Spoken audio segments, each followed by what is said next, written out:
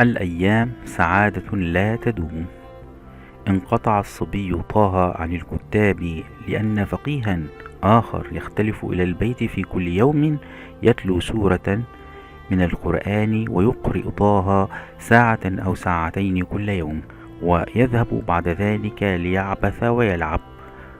وكان أصحابه يقبلون عليه عصرا بعد انصرافهم من الكتاب، فكان يظهر لهم عيوب العريف وسيدنا، وكان يحب تفوقه عليهم لأن الفقيه يسعى إليه سعيا، وسيذهب إلى القاهرة ليلتحق بالأزهر حيث الحسين والسيدة زينب وغيرهما من أولياء الصالحين.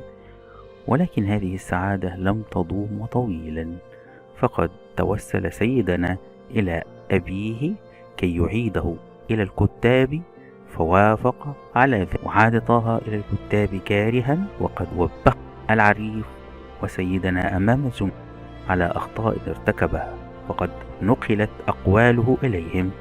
وتعلم طه من هذه المحنة الاحتياط في اللفظ وعدم الحق بالاطمئنان إلى وعود الرجال والدحر أخوته على شماتة إخوته، حيث أنه كان يظن أنه سيترك كل هذا كله.